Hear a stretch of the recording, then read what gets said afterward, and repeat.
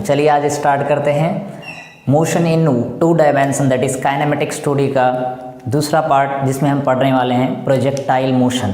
तो last video में हमने पढ़ा कि प्रोजेक्टाइल मोशन कितने तरह का है। तो हमने बताया था प्रोजेक्टाइल मोशन हम जो पढ़ने वाले हैं वो 3 तरह के केसेस पढ़ने वाले हैं।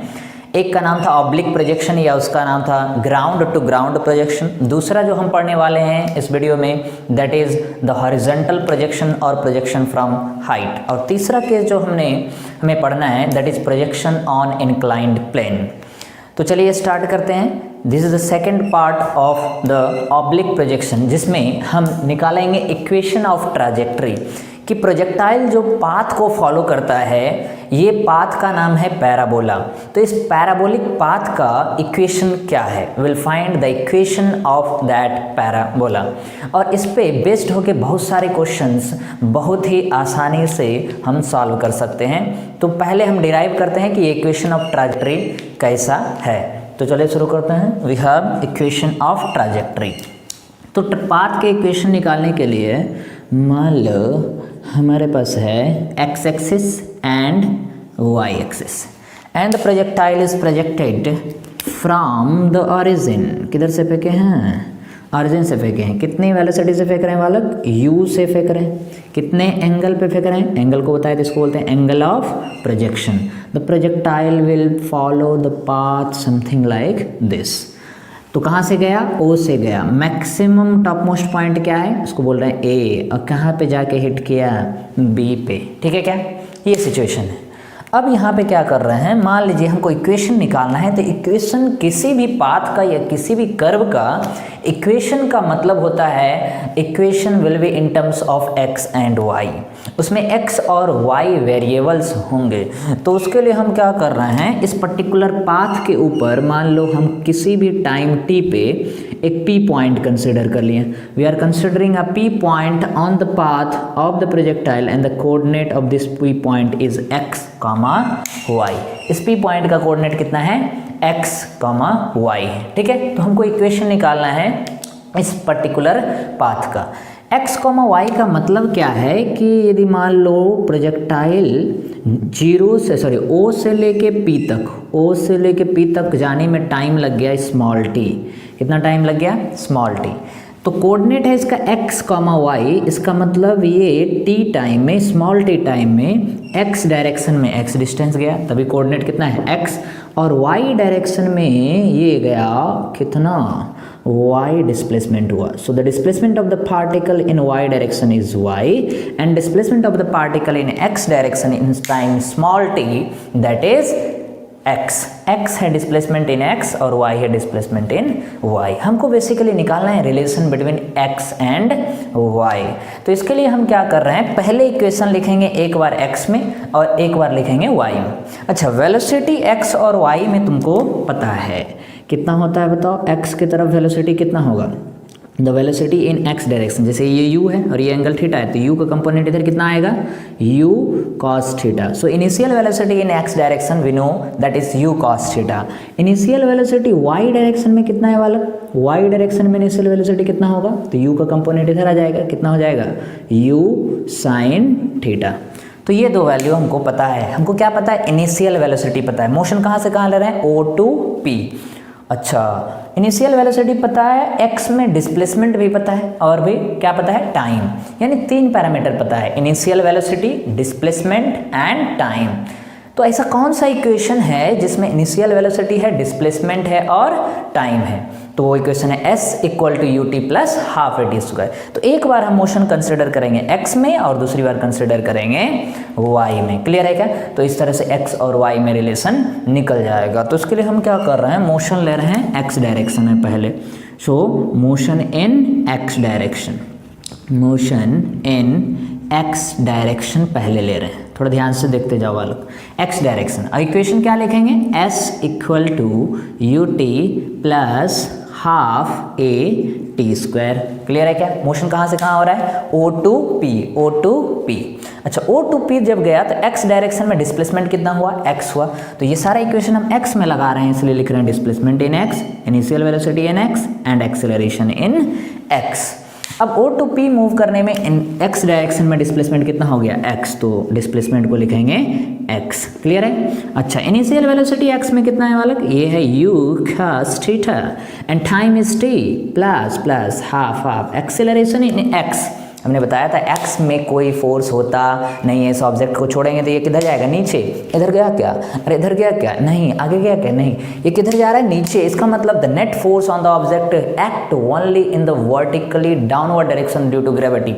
इसका मतलब फोर्स केवल y डायरेक्शन में है, x डायरेक्शन में कोई फोर्स नहीं है। तो फोर्स x डायरेक्शन में है 0, तो फोर्स बाय मास एक्सेलरेशन में भी क्या होगा, x डायरेक्शन में एक्सेलरेशन होता है 0 और टाइम का स्क्वायर। तो ये सेकेंड टर्म गया, क्या हो गया, 0। तो बताओ x इक्वल टू कितना हो गया, ये आ गया u cos theta into T. अच्छा, यहाँ से टाइम निकाल रहे हैं, टाइम इक्वल टू क्या आ जाएगा, x by you cos theta. ये हमको काम में आने वाला है। हमने टाइम इसलिए निकाला क्योंकि जो इक्वेशन फाइनल आएगा that should be in terms of x and y, इसलिए हमने टाइम को एलिमिनेट करने के लिए टाइम को x के टर्म में निकाल लिया। अब यही इक्वेशन लगाएंगे y डायरेक्शन में, तो अब लिख रहे हैं मोशन किधर, इन y डायरेक्शन। अब लिख रहे हैं मोशन किस डायरेक्शन में, y में। तो सेम इक्वेशन लगाओ, क्या है, s equal to U T plus half A T square, simple. अच्छा, y में लगा रहे हैं इसलिए displacement in y, initial velocity in y and acceleration in y। अब करते हैं वैल्यू पुट। तो जहाँ से हम कहाँ से मूव किए हैं बालक, O से कहाँ तक, P तक। तो O से P तक जाने में y डायरेक्शन में डिस्प्लेसमेंट कितना हुआ, दैट इज y। O से P तक जाने में y डायरेक्शन में डिस्प्लेसमेंट कितना है, y। So displacement in y direction that is y equal to initial velocity in y, कितना है y में velocity, that is u sine theta. अरे इनिशियल वेलोसिटी y में कितना, u साइन थीटा। और टाइम को टाइम रहने दो, plus half acceleration in y direction हमें बताया था नीचे होता है, ग्रेविटी की वजह से एक्सेलरेशन, फोर्स किधर होता है, नीचे। तो एक्सेलरेशन भी किधर होता है, नीचे। यदि एक्सेलरेशन नीचे है तो फोर्स बाय मास, तो उसको लिखेंगे क्या, minus any parameter in vertically downward direction, vertical motion में बताए थे, that is taken as negative. तो एक्सेलरेशन इन y को क्या लिखेंगे, माइनस जी। माइनस क्यों लिखें जी, क्योंकि नीचे है इसलिए माइनस। और क्या, टाइम का स्क्वायर, acceleration in y direction is minus g. अब टाइम को कर दो यहाँ से पुट, टाइम तुमको पता है कितना है टाइम, ये है टाइम, x बाई क्या, u cos थीटा। तो y इक्वल टू ये हो गया u साइन थीटा, और टाइम की जगह क्या लिखेंगे बताओ, x by u cos theta, और क्या प्लस और माइनस हो गया माइनस हाफ g, और टाइम का स्क्वायर, तो टाइम है कितना x, तो हो गया x square by you square cos square theta. Clear है क्या, एक टाइम का स्क्वायर है ना, तो इसका स्क्वायर कर दिए इधर, समझ गए। अब थोड़ा और अरेंज करते हैं, y इक्वल टू बताओ u और u गया, साइन बाई कॉस टेन हो जाएगा। तो हम पहले लिख रहे हैं x, साइन बाई कॉस क्या हो गया, tan थीटा, तो x tan थीटा, माइनस इधर क्या है बालक, हाफ, और क्या है g, और क्या है x square by you square cos square theta. तो ये निकल गया इक्वेशन ऑफ व्हाट, ट्रांजैक्टरी, और इक्वेशन ऑफ पैराबोला। हम कैसे आइडेंटिफाई करते हैं कि ये इक्वेशन पैराबोलिक पाथ को ही रिप्रेजेंट करता है, अदर को क्यों नहीं रिप्रेजेंट करता है। जहाँ भी इक्वेशन में मैक्सिमम पावर x का है 2, y का है 1, मैक्सिमम पावर बोल रहे हैं, x का है पावर 2 और y का पावर है 1, या फिर उल्टा एक का पावर 1 और दूसरे का पावर 2। तो यहाँ पे यदि इक्वेशन देखें तो y का पावर है 1 और x का मैक्सिमम बोल रहे हैं, तो यहाँ 1 है और यहाँ 2, तो मैक्सिमम क्या हो गया 2। तो एक का पावर 1 और दूसरे का पावर यदि 2 हो तो ऐसे इक्वेशन को बोलते हैं इक्वेशन ऑफ पैराबोला। यानी जो इक्वेशन हमने डिराइव किया दैट इज क्या, इक्वेशन ऑफ क्या बोला, पैराबोला नहीं पैराबोला, ठीक है क्या। तो projectile follows a particular path known as parabola. But इस इक्वेशन को इतना बड़ा याद रखने में थोड़ा मज़ा नहीं आएगा, या इसको थोड़ा हम छोटा कर रहे हैं। क्यों छोटा कर रहे हैं, क्योंकि y इक्वल टू क्या है, x tan theta half g x square, थोड़ा और छोटा करना चाह रहे हैं। तो इस इक्वेशन को देखो तो कैसे लिख सकते हैं। अभी जो लाइन लिखने वाले बहुत ही इंपॉर्टेंट है, थोड़ा ध्यान से देखिए कैसे लिख रहे हैं। तो y को लिख दिए y इक्वल टू इसको एज इट इज़ रहने दो, तो ये क्या हो जाएगा एक्स एक्स और क्या tan थीटा माइनस, अब जो लिख रहे हैं थोड़ा बहुत ही केयरफुली थोड़ा ध्यान से देखें, हाफ को नहीं लिख के पहले लिख रहे हैं ऊपर एक्स स्क्वायर, ऊपर क्या लिख दिया बालक एक्स स्क्वायर। अब ध्यान से देखो, अच्छा ये यू स्क्वायर को पहले लिख रहे हैं तो यू स्क्वायर, अच्छा ये 2 लिख रहे हैं अब तो इधर लिख दिए 2, और इधर साइन थीटा नहीं है लेकिन फिर भी हम लिख रहे हैं साइन थीटा, अरे साइन थीटा नहीं है लेकिन फिर भी हम लिखे हैं, तो लिखें तो क्या करना पड़ेगा हमको, इधर एक साइन थीटा लिखना पड़ जाएगा, समझ रहे हो क्या, क्योंकि ये नहीं था तो कैंसिल हो गया। अच्छा इधर कॉस स्क्वायर है तो हम एक कॉस थीटा ले रहे हैं, यहाँ पे एक कॉस थीटा ले रहे हैं, और एक कॉस को साइन के साथ भेज दिए, और साइन के साथ भेज दो तो इधर आ गया एक कॉस थीटा, क्लियर है क्या, ब्रैकेट वाला कर दो बंद, बाई बाई बाई क्या हो गया, जी ऊपर था तो नीचे का नीचे आ जाएगा तो ये आ गया नीचे, क्लियर है क्या। पर ध्यान से समझिए ये साइन क्यों आया, ये साइन क्यों आया, क्योंकि साइन थीटा हमने यहाँ पे लिखा, नीचे क्या था कॉस स्क्वायर, तो कॉस एक साइन के साथ भेज दिए, एक ब्रैकेट के अंदर रख दिए, और क्या था यू स्क्वायर, और ये 2 और जी ऊपर है तो नीचे का नीचे आ जाएगा जी, क्लियर है क्या। ये हमने इसलिए ऐसा लिखा क्योंकि ये पूरा ध्यान से यदि देखो तो क्या बन गया, ये पूरा ही बन गया आर का फार्मूला, रेंज का फार्मूला, कैसे you square 2 into sine theta into cos theta, ये क्या होता है, ये होता है साइन 2 थीटा, ठीक है क्या, 2 into sine theta into cos theta, ये पूरा ब्रैकेट क्या आ जाएगा, ये बन जाएगा साइन 2 थीटा, तो फार्मूला क्या हो गया u square and then sine 2 theta by g, u square sine 2 theta by g. तो ये नीचे जो हमने ब्रैकेट दिया है रेड कलर का, इसमें क्या हो गया, ये बन गया फार्मूला फॉर आर।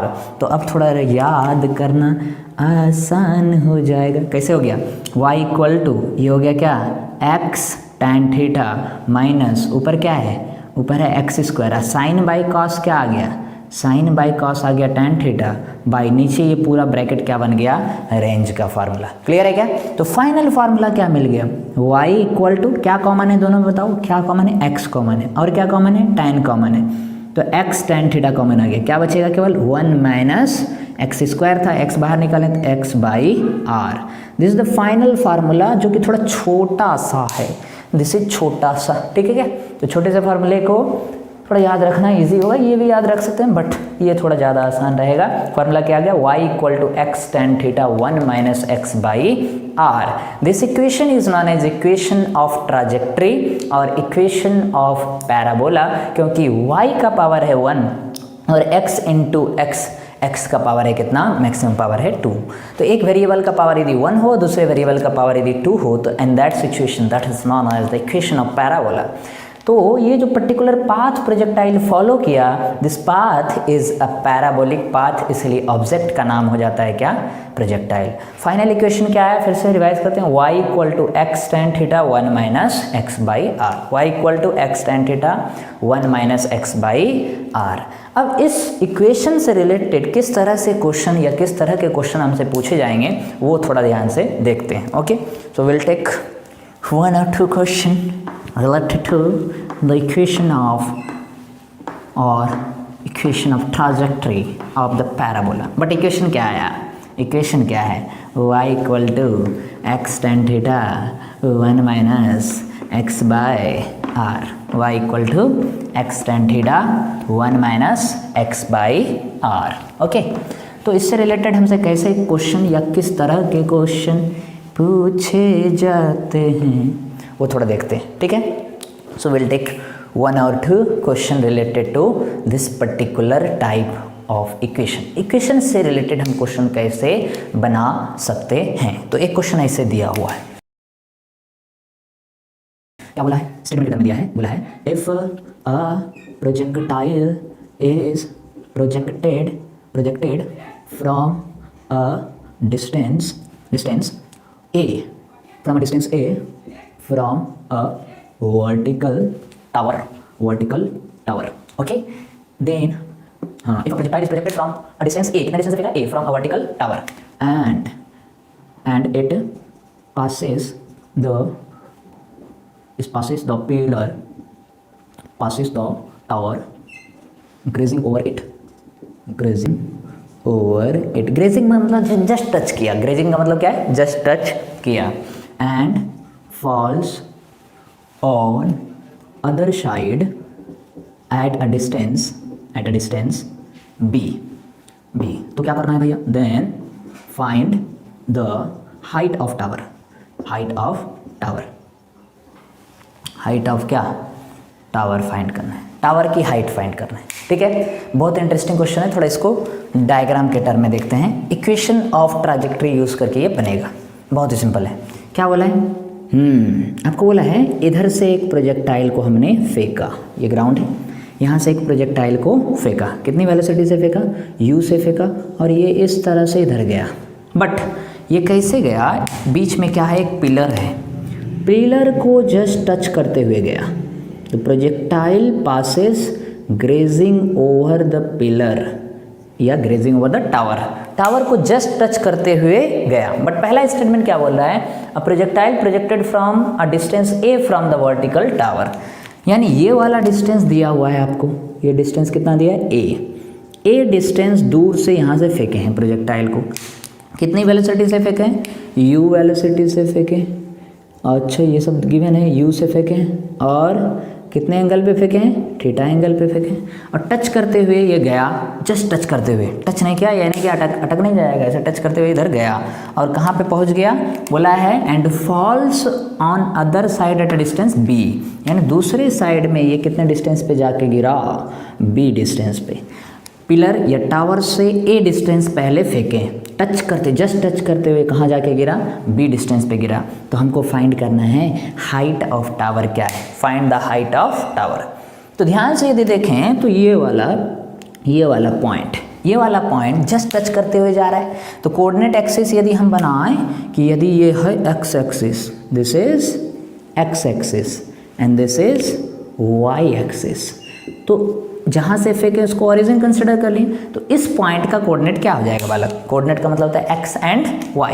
तो मान लो इस पॉइंट को बोल रहे हैं p का कोऑर्डिनेट क्या हो जाएगा, a, h, x कितना है a और y कितना है h, तो इसका कोऑर्डिनेट हो गया क्या, a, h। क्लियर है क्या। अच्छा ये पॉइंट प्रोजेक्टाइल के पाथ के ऊपर है, it will satisfy the equation of trajectory. Main purpose क्या है, हाइट फाइंड करना। ओके, तो इसका कोऑर्डिनेट आपको पता चल गया।